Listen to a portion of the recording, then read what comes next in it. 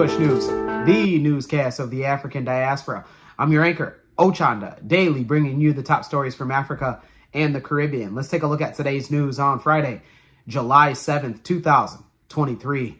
We go to Kenya, where they held Saba Saba Day protest. Several people were admitted at the Jaramogi Oginga Odinga Hospital in Kisumu on Friday following the Saba Saba protest called by the Azimio. Among those admitted was a police officer who was caught up by demonstrators throwing stones at enforcement officers. An officer was hit in the eye and could be seen by being supported by his colleagues to a police vehicle. He was among other officers who had responded to save a petrol station along Nairobi Road from being looted. Protesters had stormed a supermarket within the station, ransacking as they carried away with goods. A human rights activist had said that 3 civilians were also injured in these protests. Protesters engaged police in running battles along Nairobi Road as the anti-government march called on by opposition leader Raila Odinga unfolded.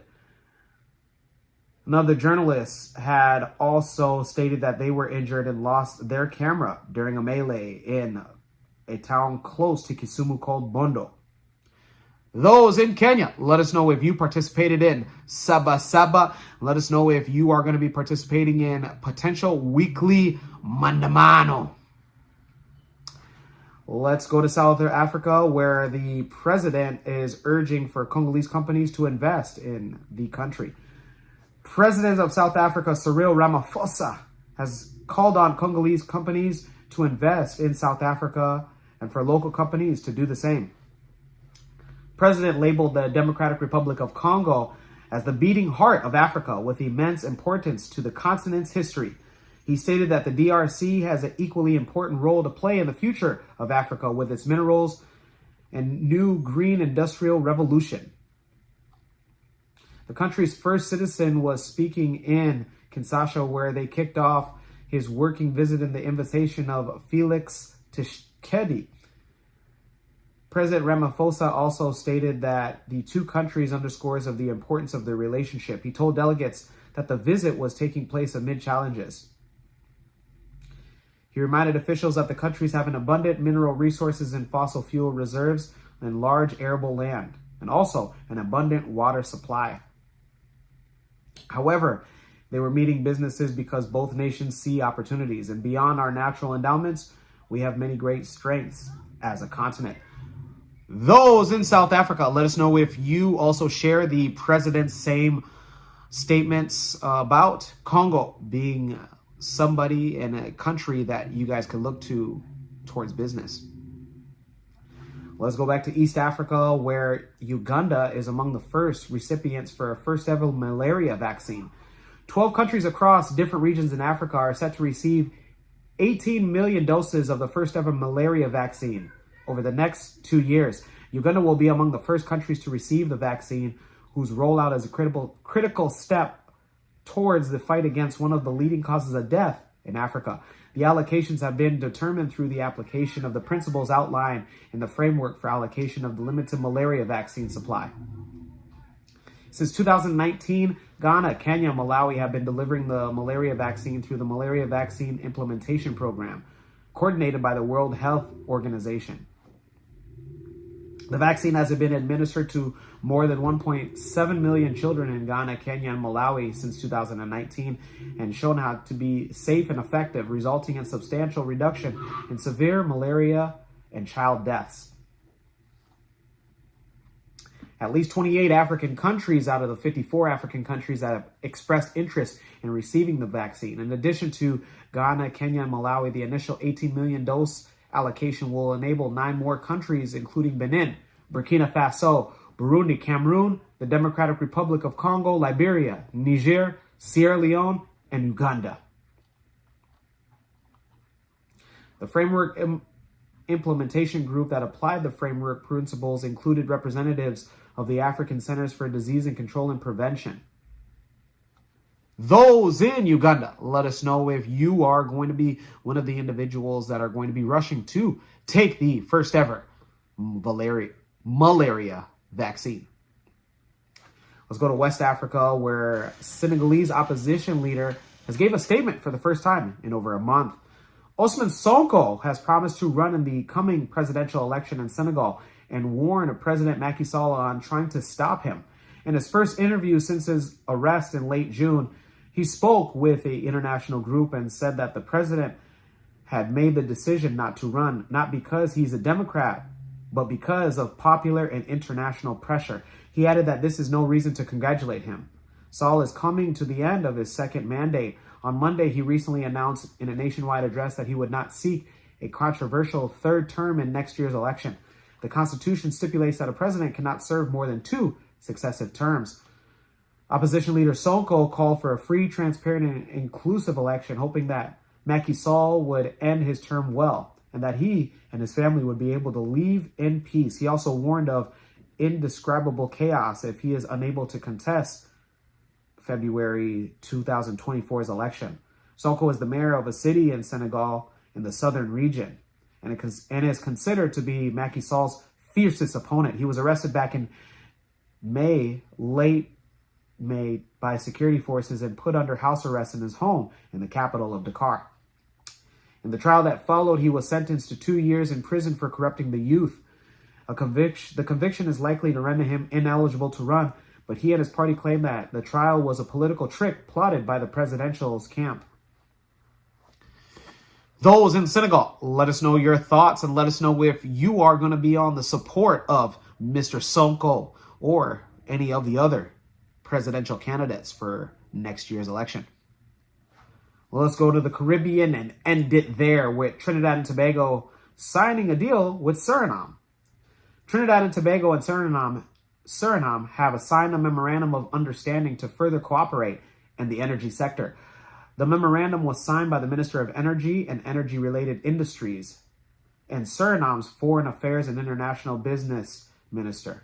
The signing was witnessed by Suriname's President and Prime Minister of Trinidad and Tobago, Dr. Keith Rowley. The signing followed productive discussions on the ongoing collaborative efforts between the two countries, which are focused on the future development of Suriname and Trinidad and Tobago's hydrocarbon industry, as well as to provide energy security for the entire Caribbean region. It is said that both countries will now establish technical teams which will produce feasibility studies for their respective governments. Trinidad and Tobago is the largest producer of oil and gas in the Caribbean, with natural resources accounting to an estimated 40% of a GDP and 80% of exports. Meanwhile, it is reported that Suriname will be hosting a meeting between Suriname, Guyana, and Trinidad, where the strategic cooperation between the three countries will be given shape. Those in Trinidad and Tobago, let us know your thoughts on getting a deal in the energy sector with Suriname. Let's stay in the Caribbean region and stay in Trinidad and Tobago, where afros, locks, cornrows will now be allowed in schools. In Trinidad and Tobago, starting in September of this year, students will now be allowed to wear their hair in dreadlocks, twists, plaits, afros, and cornrows in accordance with school. Girls will also be allowed to wear hair extensions, including weaves and braids in the new academic year. The relaxing on rules on hairstyles follows a discussion in the matter. Discussions on Thursday was hosted by the Ministry of Education, and the ministry confirmed that out of this engagement and research conducted, it was determined that the National School Code of Conduct for Trinidad and Tobago should be amended to include National Hair Code and the National Hair Code follows. Number 1, students shall maintain a neat and clean hair at all times. Number 2, hair that crosses shoulder length shall be tied back at all times of the day.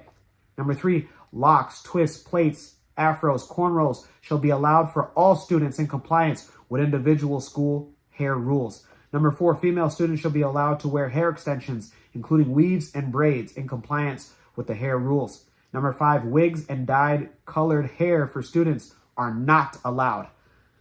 The ministry noticed that in this instance, approval may be granted for students to wear those in exceptional cases, such as health conditions. Number 6, hairstyles that obstruct the normal view of others are not allowed except for religious purposes. Number 7, eyebrow markings such as eyelash extensions are not allowed. Number 8, haircut parting designs should be simple. Intricate designs are not allowed. Number 9, Hair ornaments should be in compliance with individual school hair rules. Meanwhile, each school is mandated to form a committee to determine their own school hair rules by October. A copy of said rules must be submitted to the school supervisor before they are implemented. Additionally, the individual school hair rules must align with the National School Hair Code. The Ministry of Education explained that these committees will comprise of representatives of students, staff, and parents as well. The ministry stated that it continues to collaborate and engage with stakeholders in the education system on updates and upgrades in school operations and policies to improve the effectiveness in the educational sector. Further, it is said that the ministry is cognizant that the educational environment is a dynamic one, which on occasion needs adjustments to policies that reflect accepted changes on societal norms, values, and beliefs. Those in Trinidad and Tobago, especially the students, let us know if you'll be wearing your hair in afros, cornrows, braids, or the dreadlocks, bumbleclot. Also, here at Kush News, we don't have such a strict hair code. When we come back, we will have today's African proverb of the day. Don't go anywhere. What's going on? I'm MC Cadero, and I'm here at a graduation party. Double graduation party that I was booked for. That's right, you can also book me with 15 years experience. It's www.mccadero.com. See you soon. Welcome back. Let's take a look at today's African proverb of the day. And it comes to us from no particular African nation and or ethnic group, and it reads, a family is like a tree. It can bend, but it cannot break. Once again, a family tie is like a tree. It can bend, but it cannot break. African proverb. I like it. Yeah, absolutely. I mean, your family, right? Now, I also want to state that on a different side of this is that don't let the word family, keep you from setting boundaries. Don't at all. Just because somebody is your family member doesn't mean that they need to continue to abuse you, whether that's verbally, physically, mentally, whatever the case may be. Set boundaries, and set boundaries very, very particular within yourself. Remember, it is up to you yourself. When you accept something, then everybody else is going to accept something. When you don't accept that thing, nobody else shall be accepted of it as well. So don't let the word family or even friends, don't let these words become something of a manipulation tool. Let me know your interpretation of today's African proverb of the day, as well as your thoughts, views, questions, comments, and concerns on the top stories. Don't forget to like, subscribe, hit that notification bell for today and any other day that we upload material. For Kush News on Kush Convos TV, I'm Mo Chanda. We'll see you soon.